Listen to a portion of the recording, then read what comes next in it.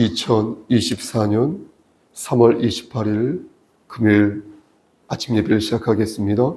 다 같이 사도신경으로 우리의 신앙을 고백하겠습니다.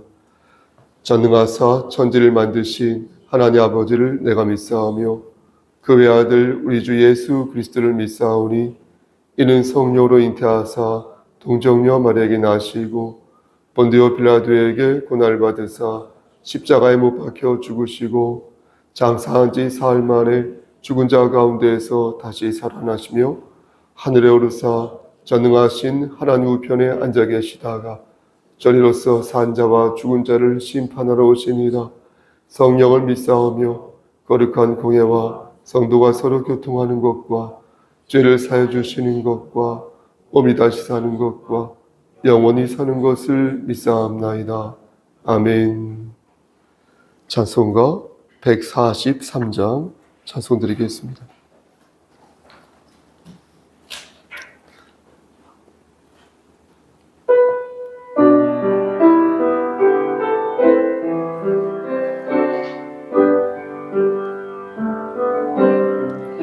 웬 머린가 날 위하여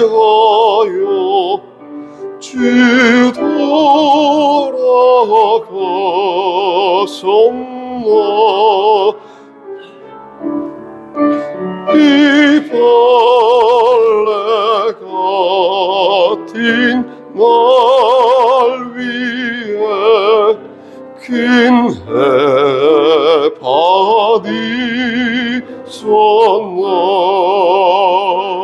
받으셨나. 내 지은 죄 다 지시고 못 박히셨으리.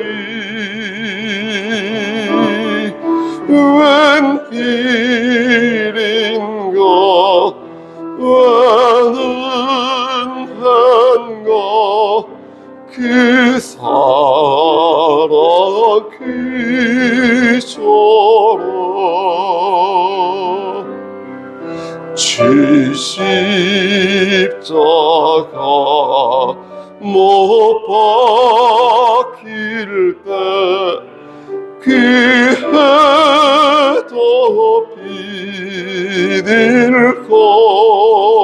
비들고 그 밝은 빛 가리워서 캄캄케 되었네. 나 십자가 대할 때에 그 일이 고마워. 내 얼굴 감히 못 들고 눈물 흘리도다.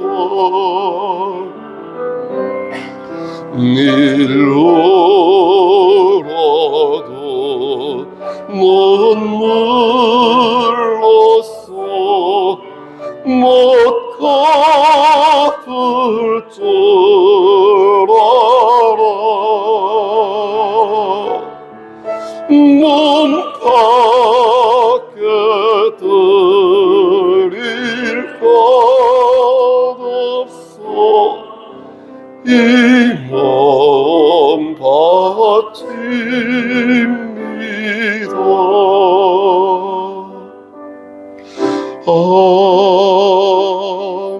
아멘. 기도하십니다. 하나님, 우리가 너무나 부족하고 나약하여서 매일매일 죄를 짓고 또 자복하여 회개하고 그러고 나서 다시 또 죄를 지으며 살지만 이러한 우리의 부족한 많은 면모들을 하나님께서 외면치 아니하시고 우리에게 긍휼을 베풀어 주시사 하나님의 언약이신 우리 주 예수 그리스도를 보내주시고 우리에게 영원한 생명을 허락하여 주심을 진심으로 감사드립니다. 하나님, 우리가 넘어지고 쓰러질 때마다 천국 백성으로서 끝까지 하나님 말씀을 붙잡을 수 있도록 하시고 하나님 말씀을 붙잡고 일희일비하지 아니하고 하나님을 기쁘시게 하는 삶을 살 수 있도록 끝까지 우리와 동행하여 주시옵소서. 우리가 지치고 쓰러질 때마다 하나님 말씀을 붙잡을 뿐만 아니라 교회의 공동체에 된 자로서 서로에게 손을 내밀어 서로의 손을 잡아주고 우리 주 예수 그리스도의 사랑 안에서 서로에게 긍휼을 베풀며 합력하여 선을 이루는 우리 교회 공동체가 되기를 소원하오니 우리에게 그런 마음을 허락하여 주시사 겸손히 주를 섬기고 내 몸을 사랑함과 같이 나의 형제와 자매를 사랑할 수 있도록 우리에게 그런 마음을 허락하여 주시옵소서. 하나님, 또한 이 시간 간절히 바라고 하는 것은 우리 주 예수 그리스도의 이름으로 저들이 병마와 싸워 이기고 저들이 모든 시험에서 이기고 저들의 마음속에 그리스도의 평강이 거하기를 소원하오니 하나님, 저들이 예수의 은혜를 붙잡고 모든 문제점에서부터 해결받고 예수 그리스도의 은혜를 붙잡고 다시 감사하는 삶으로 돌아설 수 있도록 성령 하나님 강권적으로 저들의 마음을 움직여 주시옵소서. 성령님께서 함께 하셔서 예수 그리스도로 말미암아 저들의 삶이 새롭게 성화되어 갈 수 있도록 하시고 저들에게 맡겨진 사명을 반듯하게 감당할 때에 그리고 영혼의 무릎을 꿇어 겸손히 주를 섬길 때에 저들에게 예비된 많은 복들을 다 받아 누릴 수 있도록 축복하여 주시옵소서. 사순절 기간 동안 새벽 예배에 순종하게 하심을 감사하여 우리 원집사님, 이집사님 감사한 상 마쳤습니다. 하나님, 그의 가정 위에 복의 복을 더하여 주시옵소서. 여기 참석한 모든 지체들이 하나님 말씀 안에서 하나님 말씀만을 붙잡고 저들에게 예비된 복들을 다 받아 누릴 수 있도록 주여 복의 복을 더하여 주시옵소서. 모든 말씀 예수 그리스도인 받들어 감사하며 기도드렸사옵나이다. 아멘. 하나님 말씀 보겠습니다. 베드로전서 3장 17절에서 19절 말씀입니다. 베드로전서 3장 17절에서 19절, 제 성경으로 신약성경 380쪽입니다. 베드로전서 3장 17절에서 19절 말씀입니다. 다 찾으셨으면 우리 17절부터 19절까지 합독하겠습니다. 시작. 선을 행함으로 고난받는 것이 하나님의 뜻일진데 악을 행함으로 고난받는 것보다 나으니라. 그리스도께서도 단번에 죄를 위하여 죽으사 의인으로서 불의한 자를 대신하셨으니 이는 우리를 하나님 앞으로 인도하려 하심이라. 육체로는 죽임을 당하시고 영으로는 살리심을 받으셨으니 그가 또한 영으로 가서 옥에 있는 영들에게 선포하시니라. 아멘. 기도하십니다. 하나님, 이 말씀을 반듯하게 바르게 전할 수 있도록 도와주시옵소서. 예수님의 이름으로 기도하였습니다. 아멘. 오늘 예배는 고난주간의 마지막 아침 예배가 되겠습니다. 맞죠? 정말 마지막 아침 예배가 맞는지 생각해 보았는데요. 토요일 아침에 예배를 드리면 긴장하지 마시고요. 토요일 아침에 예배를 드리면 그것도 고난주간의 아침 예배가 아닐까 하는 생각이 들었습니다. 그래서 어떤 교회는 토요일 새벽에도 예배를 드린다고 하는데 하지만 우리 교회는 그렇지 않겠습니다. 그렇게 하지 않겠습니다. 왜냐하면 토요일 아침도 고난주간인 것은 맞죠. 하지만 예수님의 그 타임 테이블이라고 하나요? 예수님의 그 타임 테이블을 이렇게 생각할 때 토요일 아침은 예수님께서 이미 무덤에 들어가신 상태이기 때문입니다. 그게 무슨 상관이냐고 물으실 수 있겠는데, 아직까지 저희 생각에는 토요일은 다른 방식으로 예수님의 죽으심을 생각하는 것이 좋겠다라고 생각하는 것입니다. 토요일은 새벽을 기다리는 캄캄한 밤 같아서 우리 역시 무덤에 이렇게 들어와 있는 것처럼 적막하고 절박하게 주의 아침을 기다리자는 것입니다. 그래서일까요? 저는 강서를 준비하면서 금요일 이후에 예수님께서 무엇을 하셨는지 궁금해졌습니다. 여러분 궁금하지 않으십니까? 무덤 안에 계셨던 예수님께서는 사흘 동안 무엇을 하셨을까요? 개구리가 동면하듯 주무시고 계셨던 것일까요? 아니면 하늘에 계신 성부 하나님을 잠깐 만나러 가셨을까요? 성경에는 이에 대해서 자세하게 말씀해 주고 있지 않습니다. 무덤 속에 들어가신 예수님께서 사흘 동안 무엇을 하셨을지 우리는 몇몇 성경 말씀을 통하여 대강 추론할 뿐입니다. 여러분들은 예수님께서 사흘 동안 무엇을 하셨다고 생각하십니까? 이것을 말씀드리기 전에 오늘이 고난주간의 막바지이므로 그간 예수님께서 겪으신 그 고난 있죠? 그 고난을 간략하게 말씀드린 것처럼 테이블 형식으로, 타임테이블 형식으로 말씀드리는 것이 좋을 것 같습니다. 예수님께서는 금요일에 십자가에 달리셨습니다. 마태복음 15장 25절 말씀을 보니까 예수님이 십자가에 못 박히신 시간이요 제3시다 이렇게 말씀하고 있습니다. 그런데 유대인들이 생각하는 이 3시 있지 않습니까? 이 3시는 우리가 생각하는 3시가 아닙니다. 여차여차한 이유로 3시에 6시간을 더해서 우리가 아는 그 시간이 되는 것입니다. 그러니까 3시에 6시간을 더하면 9시간 맞죠? 그래서 오전 9시가 되는 것입니다. 즉 오전 9시에 십자가에 달리신 것입니다. 오전 9시면 어떻습니까? 여러분 생각해 보십시오. 오전 9시면 결코 어두운 시간이 아닙니다.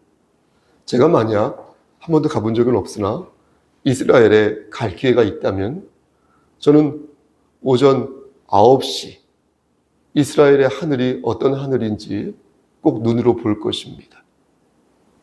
아침 9시의 조도와 기온이 어떤지 제 몸으로 그 상황을 그때 상황은 아니었다 하더라도 체감하여 볼 것입니다. 그런데 3시간이 지난 후 12시 맞죠? 12시가 되었을 때 기상 변화가 갑작스럽게 일어납니다. 누가복음 23장 44절 말씀을 보니까 해가 빛을 잃고 온 땅에 어둠이 임하였다 이렇게 말씀합니다. 12시면 정오 아닙니까? 그럼 태양이 가장 밝을 때 아닙니까? 그런데 태양이 빛을 잃었다는 것입니다. 온 땅에 어둠이 밀려왔고 하늘이 칠흑같이 어두웠다는 것입니다. 로마의 백부장이 이것을 보고 그는 뒤늦게 예수가 의인이었다라고 말합니다. 그리고 성서의 휘장이 이렇게 한가운데가 찢어지는데 그리고 예수님께서 큰 소리로 뭐라고 말씀하십니까? 내 영혼을 아버지 손에 의탁합니다. 부탁합니다. 이렇게 말씀하십니다. 그리고 숨을 거두십니다. 그러니까 예수님은 9시, 우리 시간으로 오후 3시에 십자가 위에서 죽으신 것입니다. 다시 말씀드려서 예수님이 십자가에서 고통을 받으신 시간은 금요일 오전 9시부터 오후 3시까지로 십자가에 달려 있었던 총 시간은 6시간 맞습니까? 이 되는 것입니다. 그때 다른 두 강도는 아직 체력이 남아 있어서 살아 있었지만 예수님께서는 십자가를 지실 때 그때부터 사람들에게 폭행을 당했거든요. 그래서 그들보다 먼저 돌아가신 것으로 사료됩니다. 지금까지 타임테이블 형식으로 십자가에서 예수님의 죽으심을 말씀드렸습니다. 이제 그 후를 생각해 보겠습니다. 무덤에 들어가신 예수님께서는 사흘 후 부활하시기 전까지 무엇을 하셨을지 오늘 본문을 통해 그것을 생각해 보겠습니다.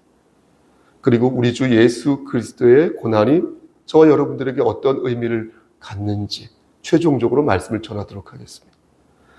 오늘 본문 18절 말씀을 보시겠습니까? 오늘 본문 18절 말씀을 보면 예수 그리스도께서 죽으신 이유가 우리의 죄를 위하여 죽으셨다, 이렇게 말씀하신 것을 볼 수 있습니다. 예수님은 의인이신데 불의한 우리를 위해 십자가에 달려 돌아가셨다는 것입니다. 그렇게 해야 우리를 하나님 앞으로 인도하실 수 있었으므로 육체로는 죽임을 당하시고 영으로는 살리심을 받으셨다, 이렇게 말씀하십니다. 육으로는 죽으시고 영으로는 살았다는 말은 무슨 뜻이냐면, 예수님의 몸이 있지 않습니까? 예수님의 이 몸은 인간적인 생명의 영역으로 볼 때 죽으셨으나 예수님의 영은 부활하신 생명의 영역에서 볼 때는 살아나셨다는 것입니다. 살아 있었다는 것입니다. 혹은 그러니까 생물학적으로 볼 때 하나님이신 예수님은 분명히 죽으셨다는 것입니다. 그러니 잠시 잠을 자고 있었다는 그런 시답지 않은 얘기는 하지 말라는 것입니다. 그리고 눈속임을 한 것이라는 시답지 않은 얘기는 하지 말라는 것입니다. 그리고 부활하신 예수님은 영혼만 부활하신 것이 아니라 생명의 영역에서 볼 때 몸과 영혼이 부활하셨다라는 것입니다. 그리고 그 상태에서 제자들과 함께 계셨다는 것입니다. 그럼 부활하시기 전에는 무엇을 하셨을까요? 여러분 19절 말씀을 보시겠습니까? 19절 말씀을 보면 무엇을 하셨는지 우리는 추론해 볼 수 있습니다. 제가 추론이란 말을 여러분들에게 사용하는 이유는 이것에 대한 해석이 분분하기 때문이고, 또 제가 잘못 말했다가는 총회 측으로부터 고발을 당할 수 있기 때문에 그렇습니다. 어쩌면 말씀을 듣는 여러분들 중에서도 이건 아니다 싶어서 총회에 저를 고발하거나, 아니면 영상으로 보는 어떤 분들이 저를 총회에 고발할 수도 있기 때문입니다. 그래서 저는 추론이라는 말을 전제로 하여서 여러분들에게 말씀드리는 것입니다. 해석상의 문제이므로 저의 생각이 나중에 달라질 수도 있음을 여러분들에게 미리 말씀드립니다. 19절 말씀을 우리 함께 한 번 더 합독하겠습니다. 그가 또한 영으로 가서 옥에 있는 영들에게 선포하시느니라. 여기서 그는 당연히 누구를 말하는 것입니까? 우리 주 예수 그리스도를 말하는 것입니다. 맞습니다. 문제는 옥에 있는 영들에게 복음을 선포하였다라는 말씀이 되겠습니다. 그게 무엇인지 해석이 분분한 것입니다. 문제는 옥에 있는 영들에게 복음을 선포하였다는 것이 문제라는 거예요. 예전에 대한예수교 장로의 고신측이 있습니다. 이 고신측에서 사도신경에 나오는 음부에 내려가사라는 표현에 대해서 논쟁을 벌인 적이 있었습니다. 그런데 여러분도 잘 아시겠지만 우리가 외는 그 사도신경에는 음부에 내려가신다라는 구절이 없습니다. 제가 한번 외볼까요? 전능하사 천지를 만드신, 맞죠? 전능하사 천지를 만드신 하나님 아버지를 내가 믿사오며 그 외아들 우리 주 예수 그리스도를 믿사오니 이는 성령으로 잉태하사 동정녀 마리아에게 나시고 본디오 빌라도에게 고난을 받으사 십자가에 못 박혀 죽으시고 장사한 지 사흘 만에 죽은 자 가운데서 다시 살아나시며. 여러분 없죠? 그렇죠? 음부에 내려가신다라는 말이 없지 않습니까? 다르게 표현하면 지옥에 내려가셨다라는 말이 없지 않습니까? 그런데 사실 영어 성경을 보면 이 문구가 들어있습니다. He descended into hell, 이렇게 적혀 있거든요.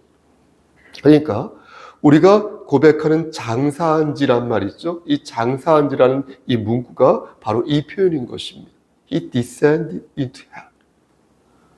그러니까 장사한다는 것은, 그리고 음부한다는 것, 음부로 내려갔다는 것을 이렇게 퉁쳐서 표현한 것입니다. 애매하지 않습니까? 여러분 장사가 무슨 뜻입니까? 장사가 장래할 때 장자, 사가 일사자 아닙니까? 그러니까 죽은 사람을 땅에 묻거나 화장하는 일을 장사라고 하지 않습니까?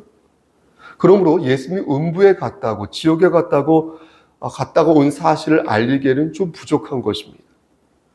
제가 볼 때 더 애매한 것은 무엇이냐면, 영어로는 음부에 갔다라고 표기해 놓고 우리말 한글 성경에는 장사하였다고만 표현했다는 것이 제가 볼 때는 더 애매하게 느껴지는 것입니다. 어떤 분은 저에게 이렇게 말할 수도 있겠습니다. 목사님, 그냥 장사한 것으로 하시죠. 그게 뭐 그렇게 중요합니까? 이렇게 말입니다. 그런데 그게 왜 안 중요할까요?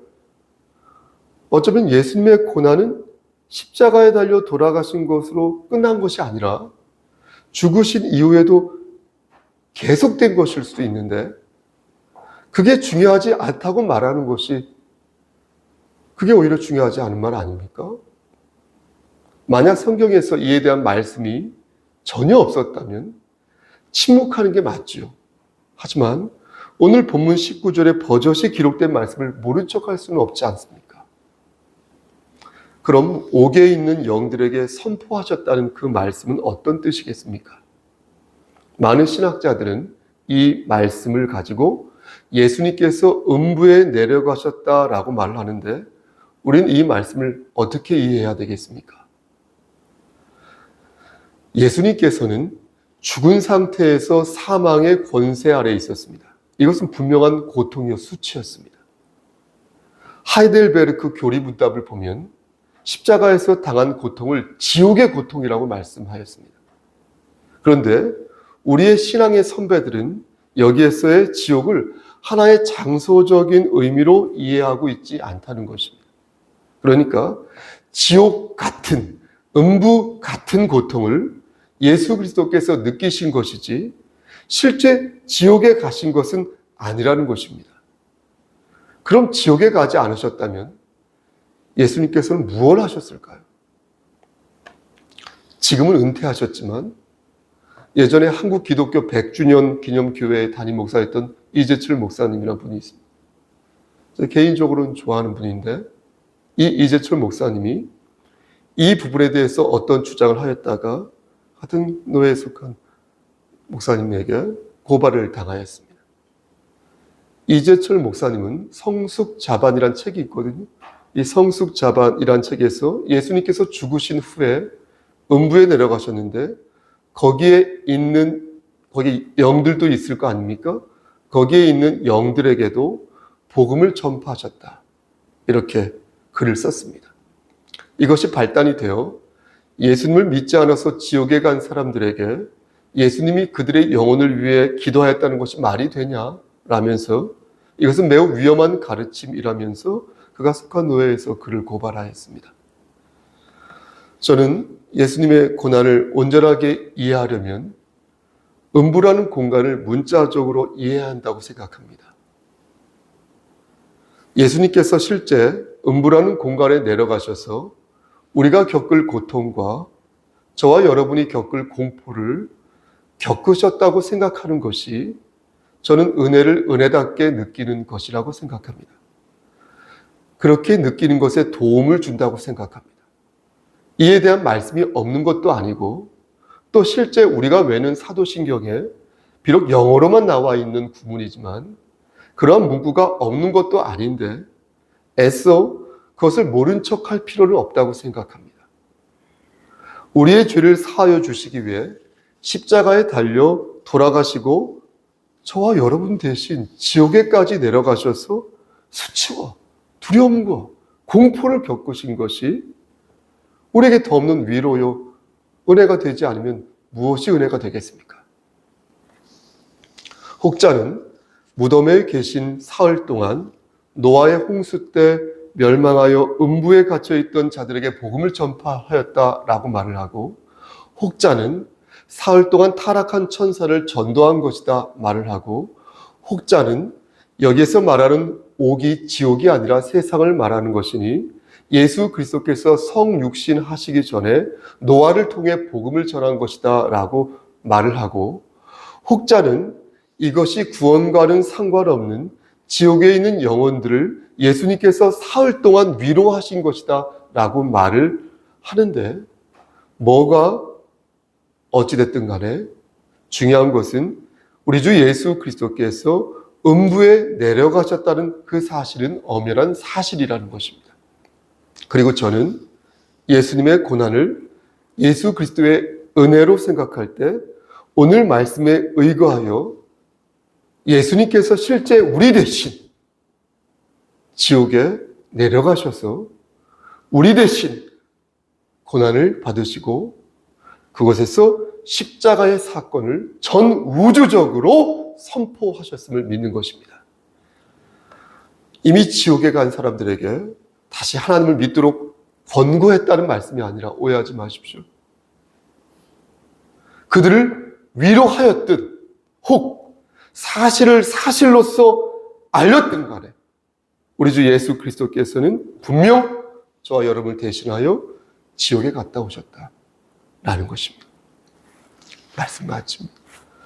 사랑하는 우리 송석계 성도 여러분, 고난주간 마지막 아침 예배를, 올해 고난주간 마지막 예배를 드리면서 저는 여러분들에게 지금 우리가 처한 현실을 끝으로 말하고자 합니다.